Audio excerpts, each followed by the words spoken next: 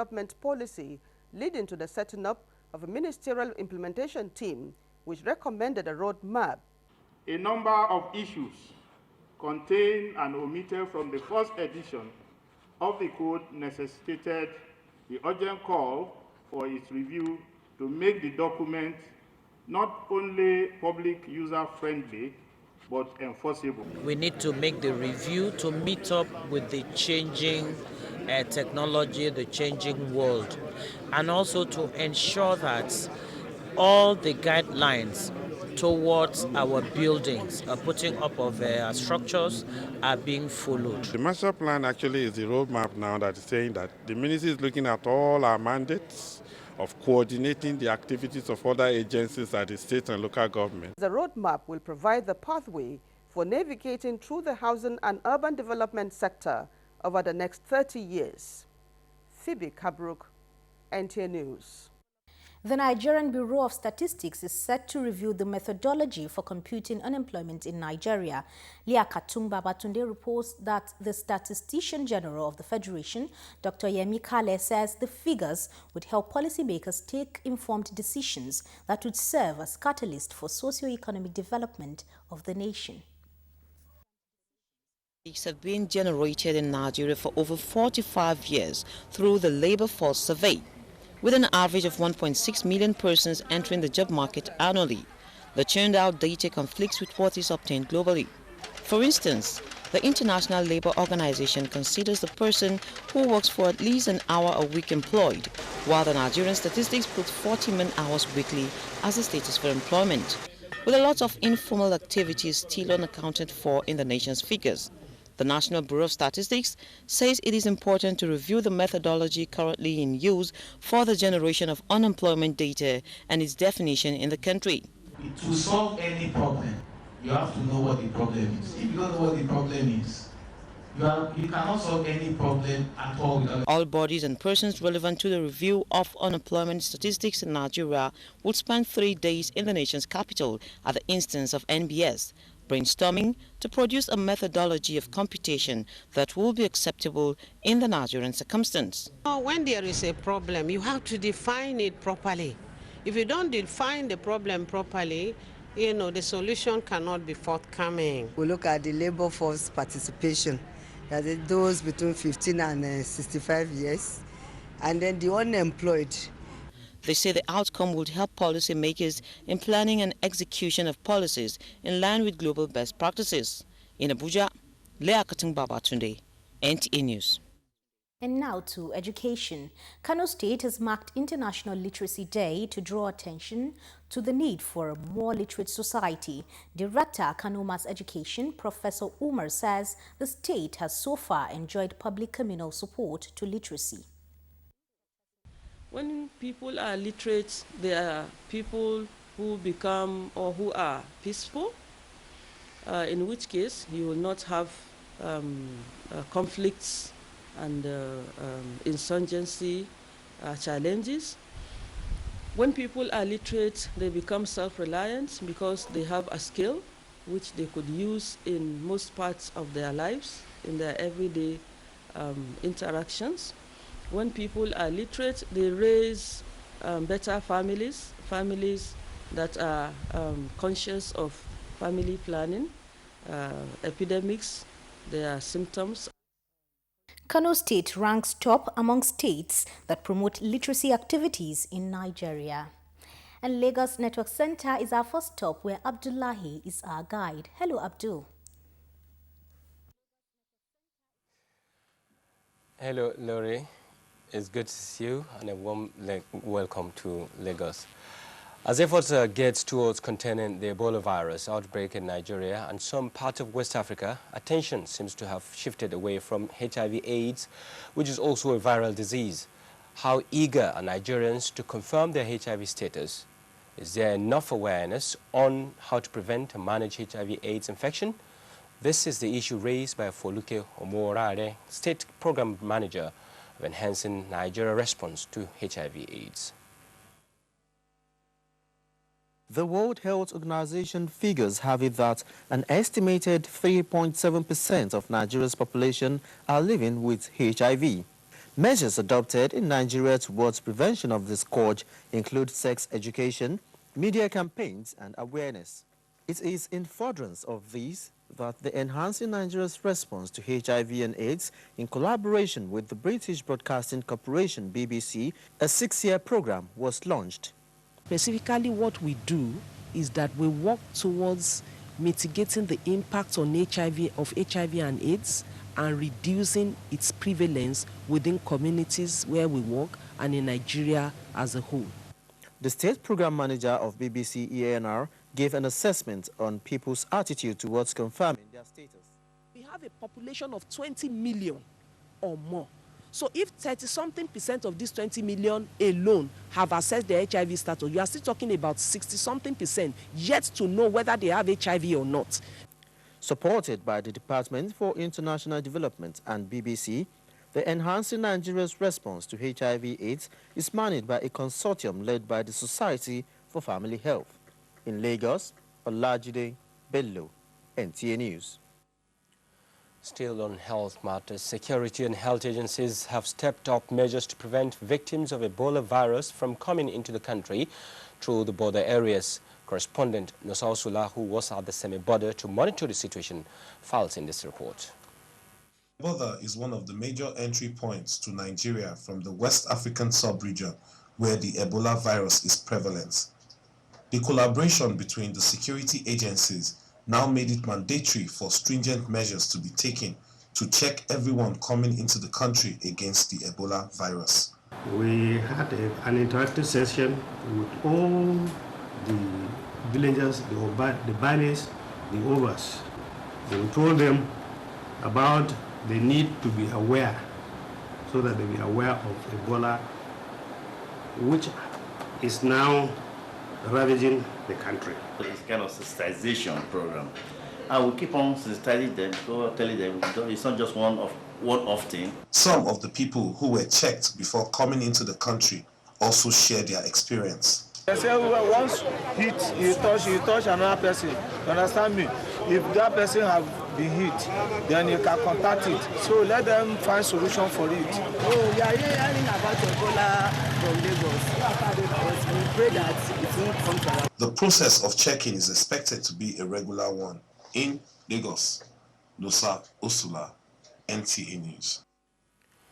On to education now. Nigeria joined the rest of the world to celebrate International Literacy Day with a focus on promoting literacy for sustainable development. Jane Ojukwu reports that part of activities to commemorate the event was a lecture organized by the Department of Adult Education, University of Lagos. Nigeria ranks among the countries with high illiteracy rate. Buoyed by the enormous benefits of having a literate citizenry, the federal government in 2011 signed a memorandum of understanding with the United Nations Educational, Scientific and Cultural Organization, UNESCO, to revive its adult literacy program. Since I started the school, I've been learning some things I don't know before. Dr. Odunola Oshodi, in a lecture titled Literacy for Sustainable Development, highlighted some of the challenges confronting literacy education in Nigeria. The government of Nigeria is trying in all ways to see that everybody has the opportunity of becoming literate with all the programs they have put in place. But the major problem we have is the mindset that people have. We want to ensure that what we are also doing here, organizing in terms of curriculum for the learners, also would help them in sustainable development, especially as it covers their societal needs. Observers advocate joint efforts by stakeholders towards eradicating illiteracy in Nigeria, as education plays a pivotal role in achieving sustainable development. In Lagos, Jane Ojukwu, NTA News. Lagos State Government has increased the numbers of beneficiaries for the unemployed in the state from 10,000 to 20,000. This was disclosed by the Governor, Babatunde Raji Fashola, at the flag-off of the Economic Empowerment Training Program in Lagos. Correspondent Nosal Sula, who was at the event, completes the story. The Governor, who was represented by the Deputy Governor, Adejoke Orilupe Adefuliwe, said the program, which is absolutely free, was being expanded in response to increasing demands by residents who have realized its benefits. We have realized that more people are willing to be trained. So we program 10,000, but as I'm speaking to you, we have more than 20,000 people that have registered.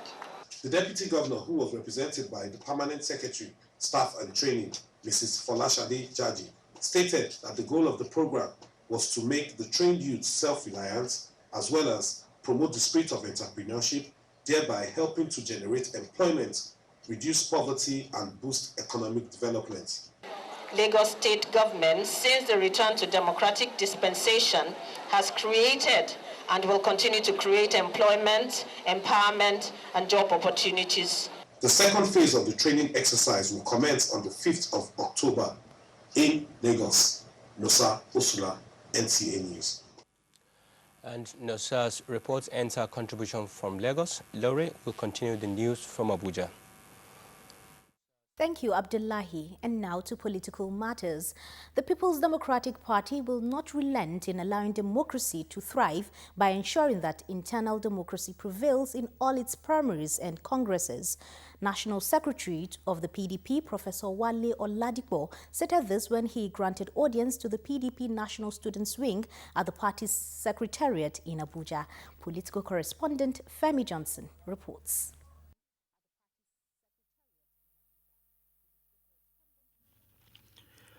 The PDP National Secretary says the party will now intensify its campaigns to ensure another victory in the October 11 gubernatorial election. All the aspirants, he noted, are working for the party's success in line with the vision of the national chairman who set up a steering committee headed by the Senate President. We have produced a young, vibrant candidate, and all other aspirants are collaborating with him. The party headquarters also will do the needful in terms of campaigning for him, giving him all necessary support. Meanwhile, the PDP National Secretary has described the call on President Goodluck Jonathan to declare interest in 2015 election as an honor and appreciation of his leadership. Addressing PDP National Students Wing, Professor Wale Oladipo says the transformation agenda must be taken to a logical conclusion. If the Constitution of the Federal Republic of Nigeria allows a sitting president to contest for 2 terms, then I don't see why this president should be an exception. The national president of the group, Wada Success Monday, reassured the PDP leadership that the youths will continue to support Dr. Goodluck Jonathan ahead of 2015 election. In Abuja, Femi Johnson, NTA News. A group of Nigerian youths have urged President Goodluck Jonathan to declare immediately as presidential candidate in 2015 general election. National Coordinator of Youths for Jonathan's Transformation Continuity, a non-governmental organization, Afoke Okborua, made the call at the body's maiden media briefing in Abuja. Correspondent Linda Okorie Igwe covered the event. The group says after deliberations based on consultations and critical appraisal of the present administration's effort in the development of the nation, they now have reasons why President Goodluck Jonathan should contest and be supported by all Nigerian youths. The You Win program of the GJ-led government is a viable policy thrust that has helped and is still helping Nigerian youths discover their talents, grow them, and become economically self-reliant in the process. We should all come out and speak out, and like that, Mr. President will hear us out and give us what we really deserve. The body called on all Nigerians to complement the efforts of the present administration, irrespective of tribe, religion, political affiliation, and support re-election of President Goodluck Jonathan. Over 250 community development plans were facilitated and completed in 102 communities in Taraba State. Taraba State Acting Governor Alhaji Garba Umar, while presenting checks to communities at a workshop in Jalingo, called on them to reciprocate government's gesture by supporting the transformation agenda of President Goodluck Jonathan. Correspondent Christy Adaji has details. 18 communities drawn from 6 local government areas of the state participated in the workshop, which culminated in the issuance of checks for implementation of various projects. Speaking at the occasion, the Taraba State Acting Governor Alhaji Garba Umar said the establishment and funding of the CSDP since 2009 has greatly brought dividends of democracy to those steps of the grassroots people.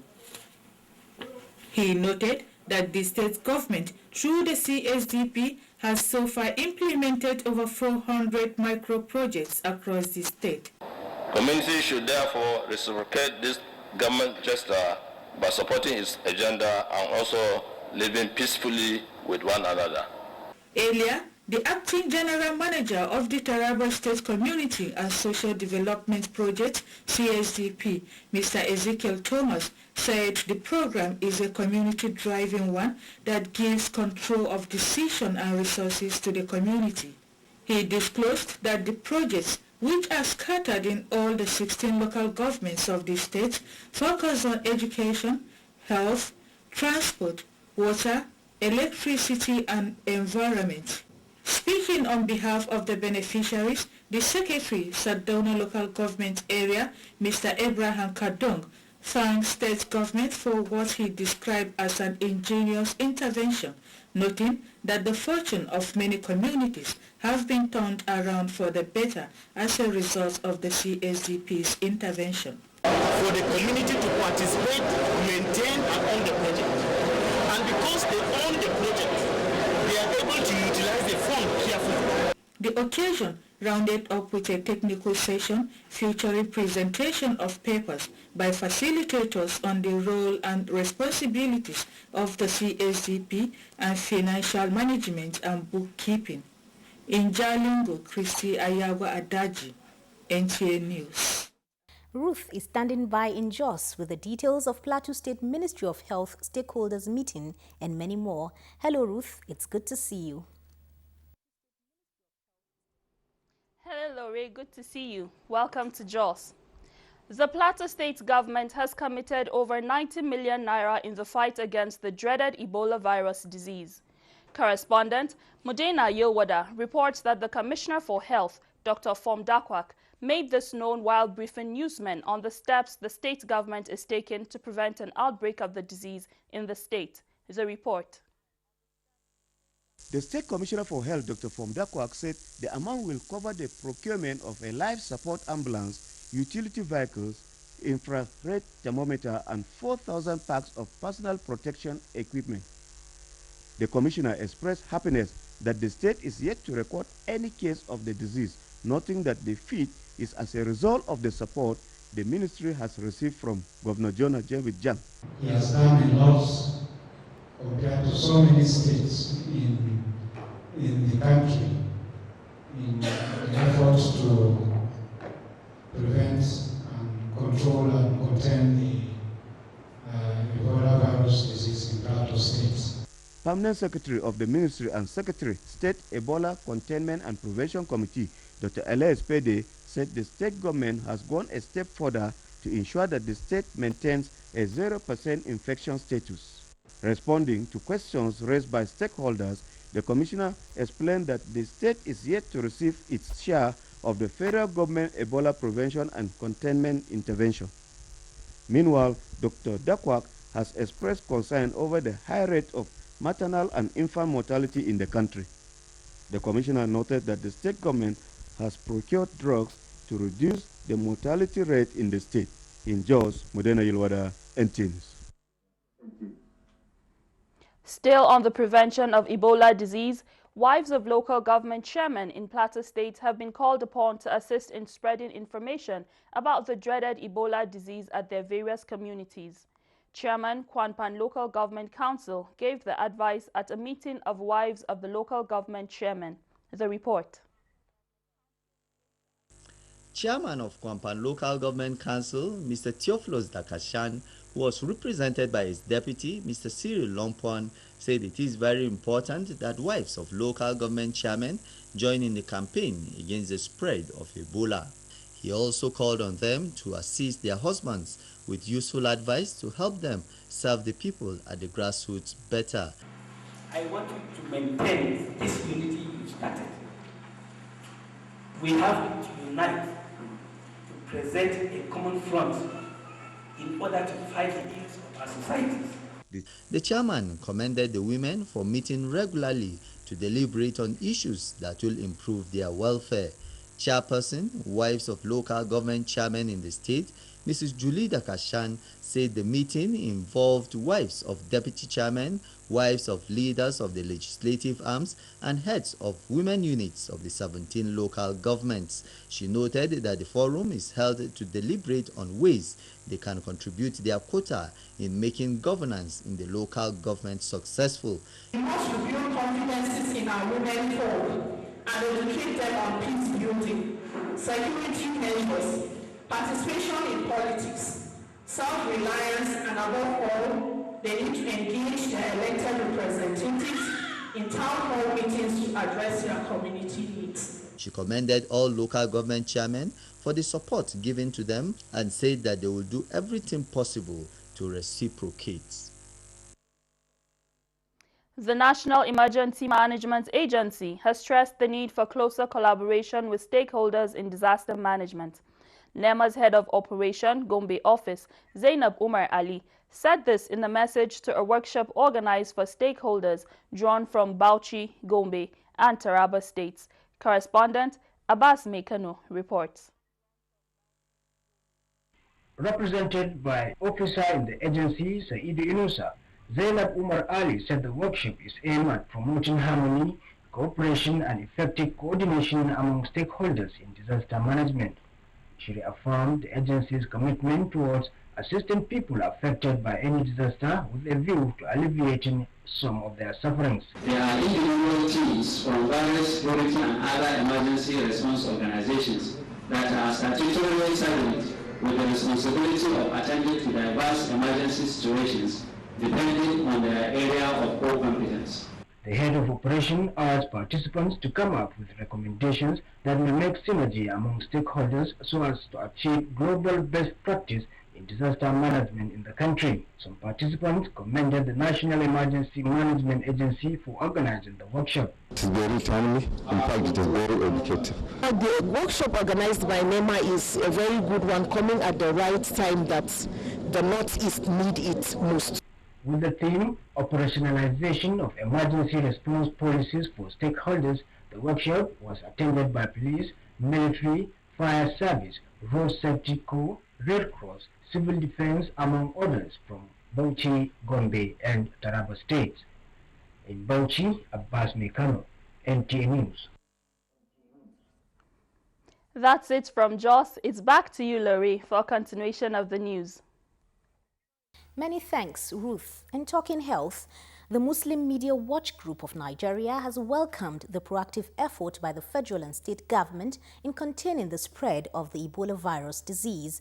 In a statement signed by its coordinator, Alhaji Ibrahim Abdullahi, the group, however, called for a more holistic approach to tackle health problems facing the country.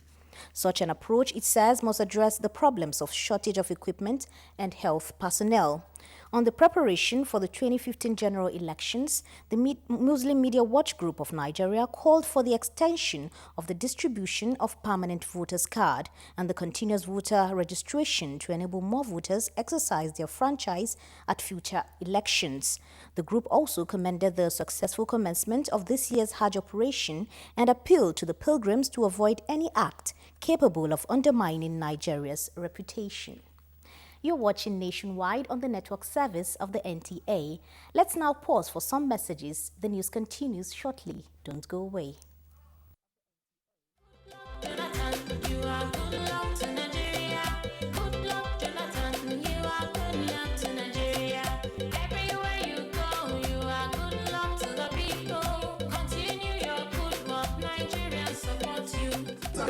Excuse me. What people are looking for in Sokoto, we are having Sokoto. Good luck at what every parent and wishes speaking. In school, in business, in life. Everybody are looking for good luck. Every country are looking for good luck. In World Cup tournament, good luck. Or Louisa come back to life, good luck. The schools are now breaking all over to betterment the future of Almajiris. Good luck. Or universities are properly funded. Good luck.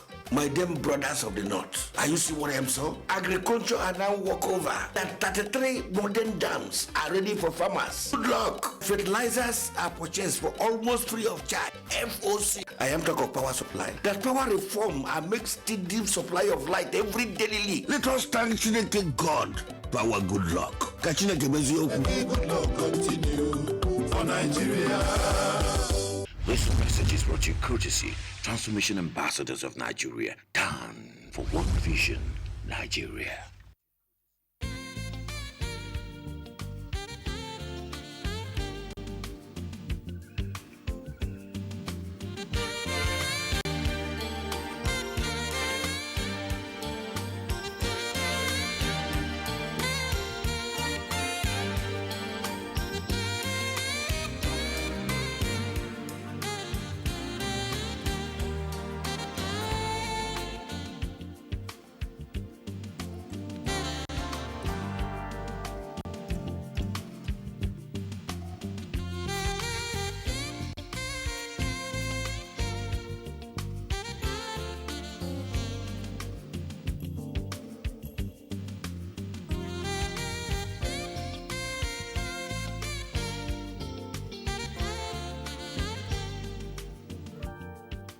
Come to Sharon Ultimate Hotels, Abuja, the ultimate place to be.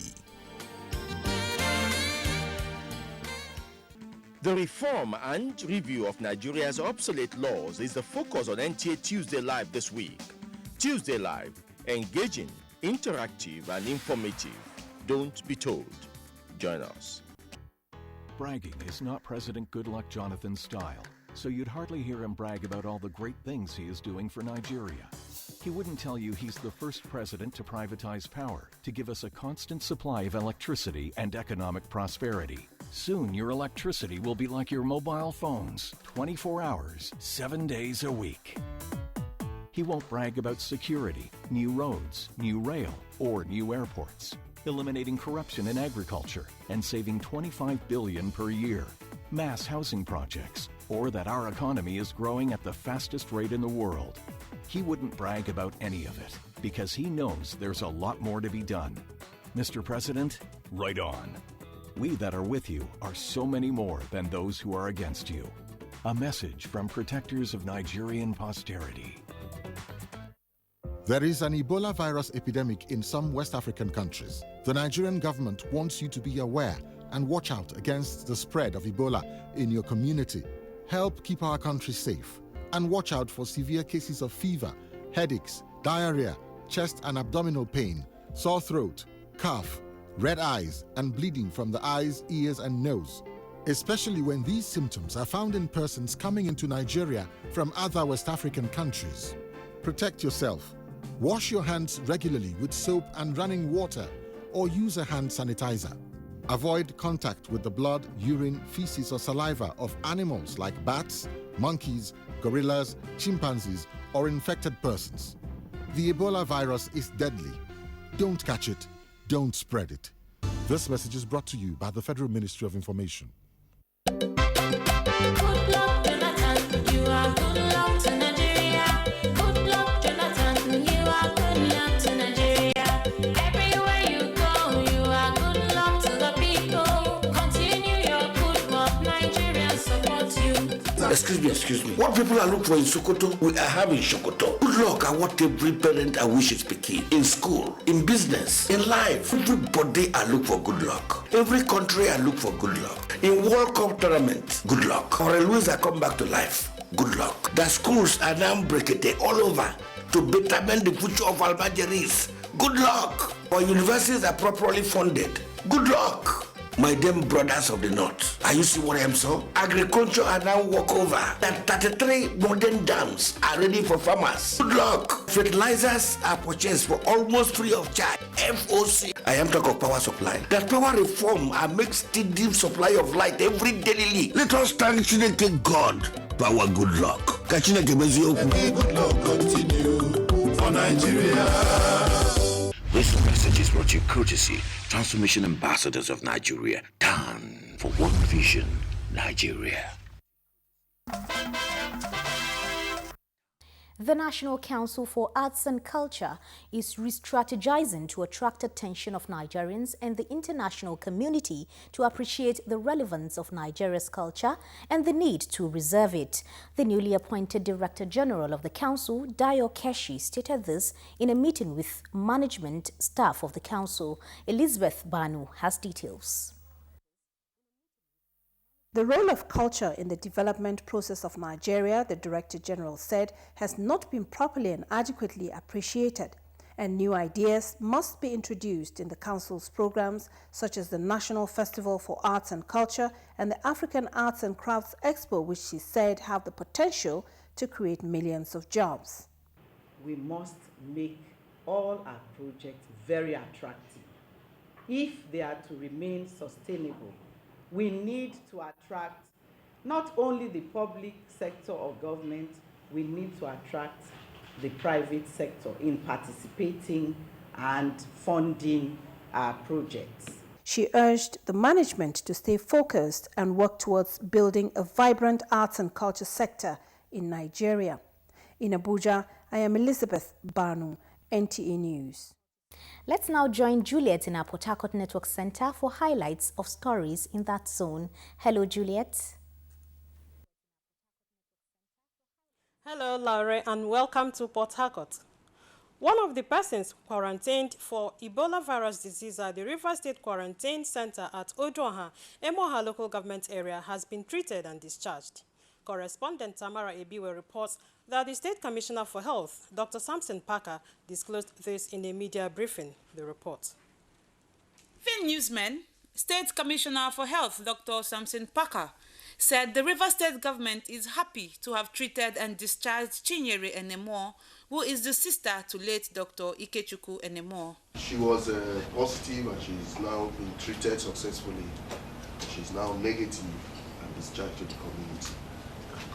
We had another discharge, though that was a symptomatic contact, tested and left. But the high point is this treatment, successful treatment and discharge.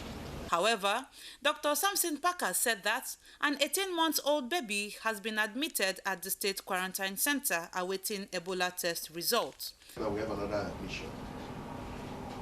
A child, I would say, an infant of 18 months. We all need to be on bended knees this week, next week, and we'll be ghosting home. You know, as I told you, it's a 21-day disease, and most of them will be rounding up this week. So if we are not flooded this week, next week, then we will be ghosting home. He added that the wife of late Dr. Ike is responding to treatment and the baby, who is Ebola negative, is doing fine. In Port Harcourt, Tamara Ebiwe, NTA News. The River State government has visited Ahoda East and West local government areas for its grassroots Ebola sensitization and awareness campaign. Again, correspondent Tamara Ebiwe reports that the exercise recorded high turnout of residents of the two local government areas who were clarified on issues about the Ebola virus disease. It was a gathering of men, women and youths, the young and elderly, with itching ears to know what the Ebola virus is all about. Commissioner for Health, Dr. Samson Parker, while educating the people in Pidgin English, explained how the virus can be contracted, its symptoms and preventive measures that can be adopted. In areas where I will have to use with the local language, I go with the local language. But this is a mixed crowd. That's why I went Pidgin. Anytime any person is to take a message to the people, it's a privilege and it's something we must give glory to God for and be happy about doing it. Some participants from the local government areas visited got answers to their questions as they thanked the state government for the enlightenment. There must be signs and symptoms as a high fever and other diarrhea and other kind of other things. So if somebody dies in my compound, it depends on how the person used and died. If it's a suspected case, I'll report it to the government. They said there's no cure for Ebola for now, and that people should wash their hands always with soap and water. Ebola Rapid Response Committees were set up in both local government areas. From Ahoda West local government area, Tamara Ebiwe, NTA News. The Federal Road Safety Corps, Bayelsa State Sector Command, says it will work round the clock to reduce road accidents and fatality on the roads during the ember months. The FRSC Sector Commander, Mr. Jack Vincent, stated this when he commissioned and flagged off rescue ambulance service for 2014 Ember Months Safety Campaign. Correspondent Paul Abel has the details.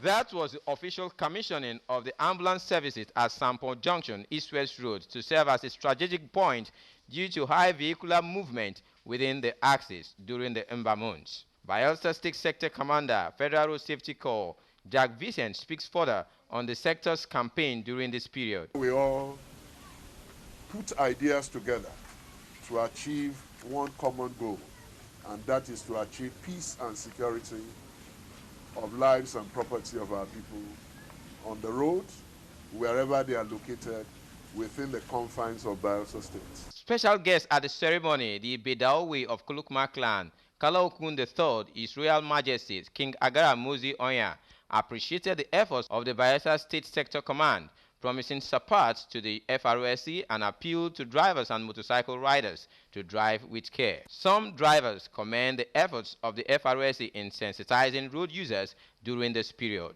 Doing a great work. Love what you people are doing. What you are doing is the best thing you are doing. God bless you. High points of the event featured the distribution of flyers to road users and goodwill messages from the DPO Nigeria Police Kayama Division and representative of the NSCDC. The theme for the campaign during this ember month is Stop Overloading, Avoid the Ebola Virus. With the permanent positioning of an ambulance by the FRSC Bayelsa Sector Command at Sampo Junction during the ember months, it is expected to give quick response to accident victims on this axis. From the Sampo Junction, East-West Road here in Bayelsa State, I am Paul Abel, NTA News. And that does it from Port Harcourt. It's back to Larry for more reports on Nationwide. Thank you, Juliet. To overcome the alarming proportion of corruption at the state government level, the Economic and Financial Crimes Commission, together with the National Assembly, is charting a way to prevent corrupt practices and promote fiscal responsibility and good governance. Correspondent Aliu Tukur reports.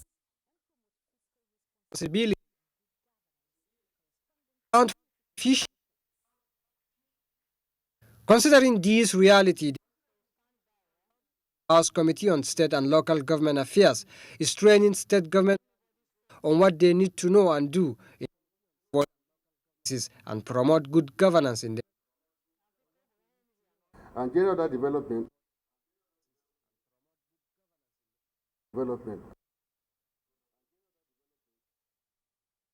on what they need to know and do in order to avoid corrupt practices and promote good governance in the nation. Moral decadence and gender development are among the impact of corruption on attempts at development among state governments in the country.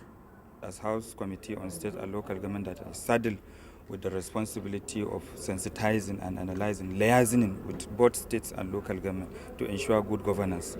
So the most important thing is to make this kind of sensitization. Stakeholders believe that the seminar came at a time when there is need to curb corruption so as to improve infrastructural and human development.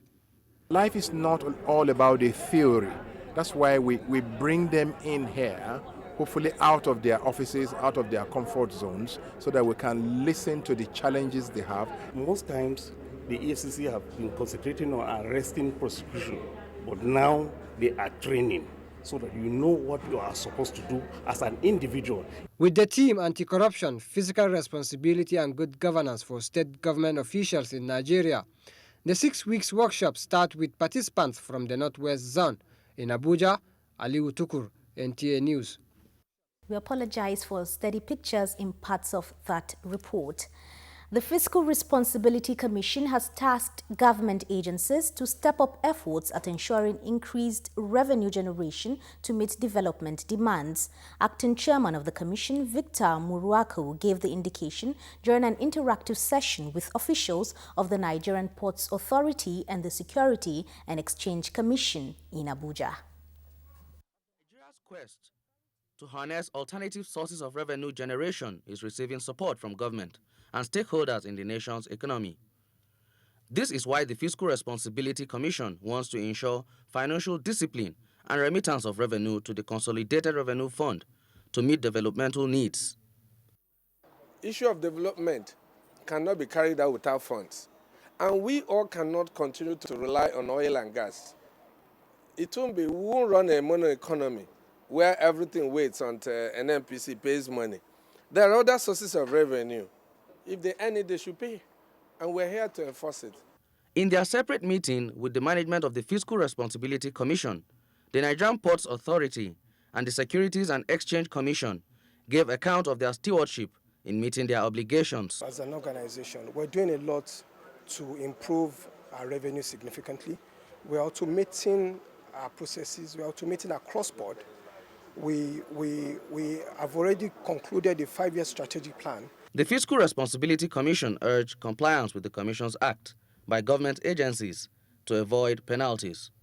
In Abuja, Abdullahi Suleiman Iyaji, NTA News.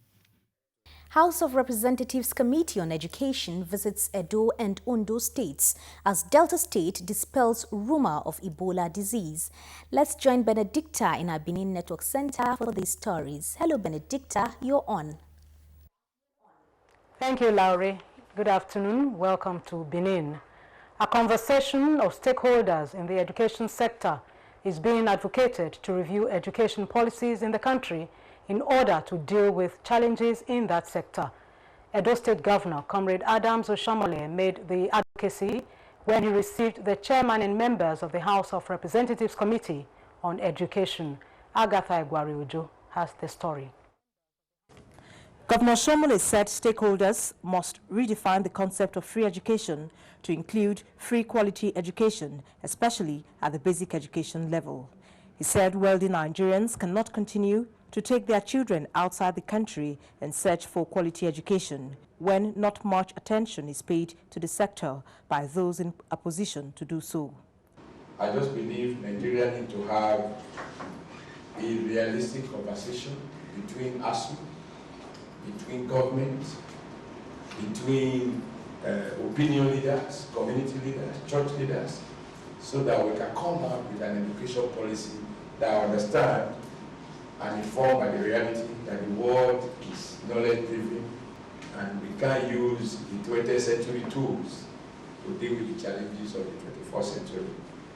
The chairman, House of Representatives Committee on Education, Aminu Suleiman, said the challenges they met on ground underscore the importance of more funding in the education sector. We're going to speak on behalf of the people and government of the state for federal government to use other intervention agencies like the TED Fund, like UBEC, to ensure that the state is encouraged to continue to do this wonderful job. The committee is also to visit Delta State to assess the situation. In Benin, Agatha Egwari-Uju, NTA News. Meanwhile, there are indications that the newly established Federal Polytechnic Ile-Oluji, Ondo State, would kick off on a sound footing as the Tertiary Education Trust Fund, TED Fund, has pledged to immediately inject money into the institution. The Chairman, House of Representatives Committee on Education, Mr. Aminu Suleiman, announced this when he led other members of the committee on a courtesy visit to Governor Olusegun Mimiko in Akure. Doris Olumoko has details. Chairman of the committee, Honorable Aminu Suleiman, said their visit to the federal government educational agencies in Ondo State is to ensure optimum benefits from the federal government's investment on education. We had a fund last week, and I knew Honorable Johnson put a spirited effort to ensure that TED Fund provided or include the federal polytechnic here in the first list of the new federal polytechnic to be given a TED Fund grant. The governor, Dr. Olusegun Mimiko, thanked President Goodluck Jonathan for recognizing the fact that education is the cornerstone for development. For us, education is central, education is fundamental, education is a tool for social development, it's a tool for social mobility. It's a tool in breaking generational poverty. And this is why we are sparing no effort within limited resources available to us to invest massively in education. Governor Mimiko informed that in the next few years, All primary school pupils in Ondo State will be in mega schools. In Akure, Doris Odumoko, NTA News. Fears by the people about the outbreak of the Ebola disease in Delta State are being allayed, even as the test result of a suspected victim at the Federal Medical Center turned out to be negative. Ameze Igebo Anyaru has the situation report and efforts by the state government to contain possible outbreak of the disease. When the news of a suspected Ebola virus disease patient broke out, the Federal Medical Center became a ghost yard within some seconds. The center's administrator's quick intervention brought the situation under control within 24 hours. As the result of samples collected from the suspected patient by the Interministerial Committee and sent to the laboratory for analysis in Port Harcourt was negative. We quickly arranged for the patient to be removed from the isolation area and transferred to the main female ward for appropriate management. The Commissioner for Information, Chike Ogene, warned those purportedly claiming to have the cure to the disease to desist forthwith. Apart from high media sensitization by the state government's Interministerial Committee to forestall possible outbreak of the disease, there has also been training for ambulance handling personnel. In Asaba, Ameze Igiebo Anyaru, NTA News. 2 weeks after rainstorm wreaked havoc in Fuga, Edo State, the state government has provided relief materials to victims of the disaster. The materials were distributed to those affected based on their level of losses. Bags of cement, nails and roofing sheets were given to those whose roofs were blown off by the rainstorm. The victims also got foodstuff, beverages, toiletries and blankets to help them through the difficult time. Special Advisor to Governor Adams Oshomole on special duties and emergency, Hajia Maimuna Momodu, gave out the relief materials on behalf of the governor. She said about 165 persons are to benefit from the exercise. She also assured the victims that government would continue to provide for them until they get back on their feet. The beneficiaries commended government's gesture. They have given me 20 bags of cement, so I'm very happy now. We are happy that since the day this thing happened, number one, the local government responded, and ever since the governor sent in people, what we have received, we are so grateful. The rainstorm had destroyed over 100 houses and displaced many in the community. That report concludes our package from Benin. We return now to Lauri. Good evening. Many thanks, Benedicta. How to achieve integrated dam development as a key to efficient water and energy nexus in Africa formed the focus of Africa's Day at the just concluded World Water Week in Sweden. Kirian Umayo, who was in Sweden, reports that Nigeria earned commendation for her program in the dam subsector by African Ministers' Council of Technical Committee of the African Union. Creating a good mix in water supply, irrigation and hydropower generation has always been the major challenge confronting African nations management. The consensus among African representatives is that where progress is being made in some countries, more commitment is required by others to drive water and energy nexus management to international standards. Nigeria's Minister of Water Resources, Mrs. Sarah Ochebe, gave the development perspective of Kashimbila Multipurpose Dam, expected to provide irrigation facilities, serve as buffer dam, source of energy, and byproduct of tourism potential. We envisage that there will be lots of economic benefits, socio-economic benefits from the project. Like I said earlier, about 400,000 people will be benefiting from the potable water, about 60,000 cubic meters a day. And we expect that this also would improve on the health of the people and the level of sanitation also, with the availability of potable water, would increase.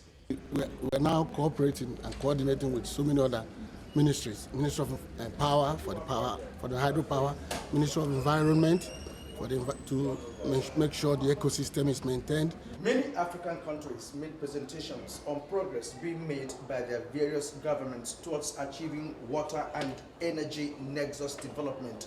Other issues raised include dam safety, to avoid the kind of accident Nigeria experienced with Lake Nyons in 1986, and then funding which a representative of the African Development Bank, ADB, promised in order to assist African governments in the development of dam projects in Africa. In Stockholm, Sweden, Kirian Umayo, NTA News. Nigeria and Belarus are to power investment through a joint venture partnership for tractor assembly plant in Nigeria for mechanized agriculture. The Foreign Minister of Belarus, Vladimir Makey, disclosed this at a press conference in Abuja. Correspondent Gabriel Odu reports. Belarus, with a population of over 9 million people, is good in infrastructural development, equipment, supply and machinery. The visit of the foreign minister to Nigeria is to open opportunities for investment in agriculture, technology, education and science. We know about the program of your government, which is called Transformation Agenda. I think you are going to develop your own industry, and we are ready to transfer the technology to you, to your country. We are ready to create here the joint assembly plant, which will produce tractors and which Nigeria needs. Belarus is an independent country from former Soviet Union and bounded to the east with Ukraine. In Abuja, Gabriel Odu, NTA News. And in our sports package, Super Eagles on a date with destiny in Cape Town. Handball gladiators sheath swords for peace. Plus, American football star Ray Rice in soup over assault video. Let's join Fisayo Ogunfui for these and more.